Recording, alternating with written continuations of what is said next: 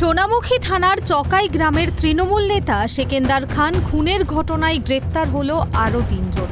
গতকাল রাতে বিশেষ সূত্রে খবর পেয়ে উত্তরবঙ্গের বিন্নাগুড়ি স্টেশন থেকে সম্রাট ওরফে বাপি খান এবং কাটোয়ার ফেরিঘাট থেকে বাদশা খান ও মনবাদ খানকে গ্রেপ্তার করে পুলিশ। আজ ধৃতদের মধ্যে বাদশা ও মনবাদকে বিষ্ণুপুর মহকুমা আদালতে পেশ করে তাদের নিজেদের হেফাজতে নেওয়ার আবেদন জানায় পুলিশ। গত 11ই আগস্ট রাতে বাঁকুড়ার সোনামুখী থানার চকাই গ্রামে বাইকে চড়ে বাড়ি ফেরার পথে দুষ্কৃতীদের গুলিতে খুন হন তৃণমূলের স্থানীয় বুথ কনভেনর সেকেন্দার খান। ঘটনার পরের দিনই এই ঘটনায় যুক্ত থাকার সন্দেহে চকাই গ্রাম থেকে পুলিশ হাসিম শেখ ও ইব্রাহিম শেখ নামের 2 ভাইকে গ্রেপ্তার করে। পরের দিনই পুরুলিয়ার মানবাজার থেকে গ্রেপ্তার হন এই ঘটনার মূল অভিযুক্ত তথা হাসিম ও ইব্রাহিমের বাবা নাসিম শেখ।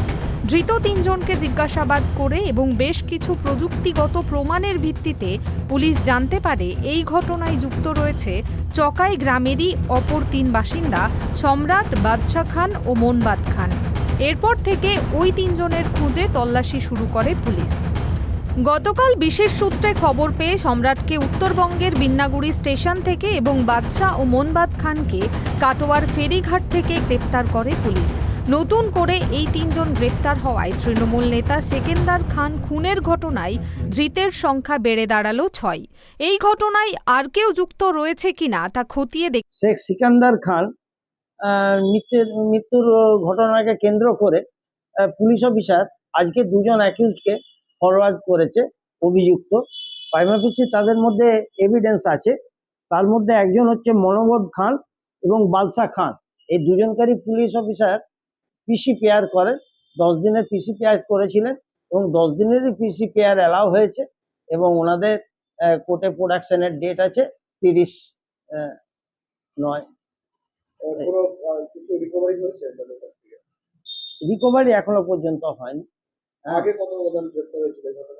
আগে গ্রেপ্তার হয়েছিল তো, আগে 3 জন গ্রেপ্তার হয়েছিল। না, এদের মধ্যে প্রাইমা ফেসি এভিডেন্স আছে এদের এগেইনস্টে। হ্যাঁ, যুক্ত তো বটেই। এখনো তদন্ত চলছে। এদিকে ধৃতদের রাজনৈতিক পরিচয় নিয়ে ফের শুরু হয়েছে রাজনৈতিক চাপানুতোর। বিজেপির দাবি তৃণমূল নেতা খুনে ধৃতেরা সকলেই তৃণমূল কর্মী, তাই ওই খুনের ঘটনা যে গোষ্ঠীদ্বন্দ্বের জেরেই খুন তা প্রমাণিত হয়ে গেল। এবার আমাদের বক্তব্য হলো যে যখন 11ই আগস্ট খুন হয়েছে, খুন হওয়ার পরে আমরা দেখলাম শাসক দলের জেলা সভাপতি, তৃণমূল কংগ্রেসের জেলা সভাপতি, তিনি বলছেন যে বিরোধীরা খুন করেছে, বিরোধীদের চক্রান্ত, বিরোধীদের যোগাযোগ আছে। কিন্তু আমরা দেখছি একের পর এক গ্রেপ্তার হচ্ছে তৃণমূল কংগ্রেসের কর্মীরা। তো আমাদের বক্তব্য আগেও ছিল, মরছে তৃণমূল, মারছে তৃণমূল, ভাগ বটারা নিয়ে মারপিট। আরেকটা বিষয় হলো যে সারা রাজ্য জুড়ে তৃণমূল কংগ্রেস বিরোধীদের উপর যে দোষারোপ করে, বিরোধীদের উপর দায় চাপিয়ে দেওয়ার চেষ্টা করে, সেটা আগেও মিথ্যা প্রমাণ হয়েছে। এই চকাইয়ের ঘটনায় ফের মিথ্যা প্রমাণ হলো যে তৃণমূল কংগ্রেসের জেলা সভাপতি মিথ্যা বক্তব্য দিয়েছে, তিনি মিথ্যা কথা বলেছেন, বিরোধীদের ঘাড়ে চাপানোর চেষ্টা করেছেন, কিন্তু মূল অভিযুক্ত তৃণমূল কংগ্রেস। তাই গ্রেপ্তার তৃণমূল কংগ্রেসেরই নেতাকর্মীরা হচ্ছে। আমি সেই দিনও বলেছিলাম যে যখন গ্রেপ্তার হবে, এফআইআর হবে, গ্রেপ্তার হবে, তখন আপনারা বুঝতে পারবেন যে এটা কারা অভিযুক্ত। তো এই ভাগ বটারা নিয়ে মারপিট, ভাগ বটারার জন্য তৃণমূল কংগ্রেসের কর্মী, তৃণমূল কংগ্রেসের কর্মীদের হাতেই খুন হয়েছে।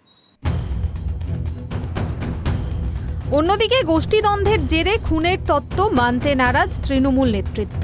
তৃণমূল নেতৃত্ব এই দাবি খারিজ করে বলেছে এই খুনের পেছনে অন্য কোনো চক্রান্ত থাকতে পারে, যা পুলিশ খতিয়ে দেখছে। যে আইনের পথে চলবে, আইনের উপর আমাদের আস্থা এবং ভরসা দুটোই আছে। প্রথম দিনই বলেছিলাম, পরিবারকে আশ্বস্ত করেছিলাম। প্রশাসনকে ধন্যবাদ জানাবো যে লক্ষার্জনক ঘটনা ঘটেছে, সেই ঘটনার তদন্ত অনেকটাই অগ্রগতির দিকে এবং স্বতঃস্ফূর্তভাবে যে পুলিশ কাজ করছে এবং পুলিশ এই বিষয়টা নিয়ে লেগে আছে, এর জন্য পুলিশ প্রশাসনকে এবং মাননীয় মুখ্যমন্ত্রীকে ধন্যবাদ জানাই। ওরা আরও একটা কথা বলছে যে মারছে মুসলিম এবং মরছে মুসলিম, এটার জন্য কি বলবেন?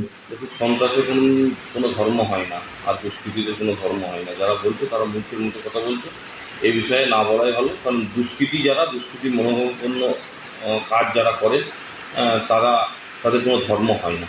ওরা আরও একটা কথা বলছে যে এটা তৃণমূলের নাকি গোষ্ঠীদ্বন্দ্ব, এটার জন্য কি বলবেন? গোষ্ঠীদ্বন্দ্ব যদি হয়, তাহলে যারা জড়িত এবং যারা ধরা পড়েছে তাদের গোষ্ঠীর নেতাটাকে সে প্রকাশ্যে বলুক যে এই আমার গোষ্ঠীর লোক। গোষ্ঠীদ্বন্দ্ব যদি হয়ে যায়, গোষ্ঠীর নেতাটাকে চিহ্নিত করা হয়। পুলিশের পক্ষ থেকে জানানো হয়েছে তদন্ত এখনো চলছে। এই ঘটনায় আর কেউ জড়িত রয়েছে কিনা তা খতিয়ে দেখা হচ্ছে। পুরো অঞ্চলে নিরাপত্তা ব্যবস্থা জোরদার করা হয়েছে। বাঁকুড়া থেকে সঞ্জীব মল্লিকের রিপোর্ট, ট্রাইব টিভি বাংলা।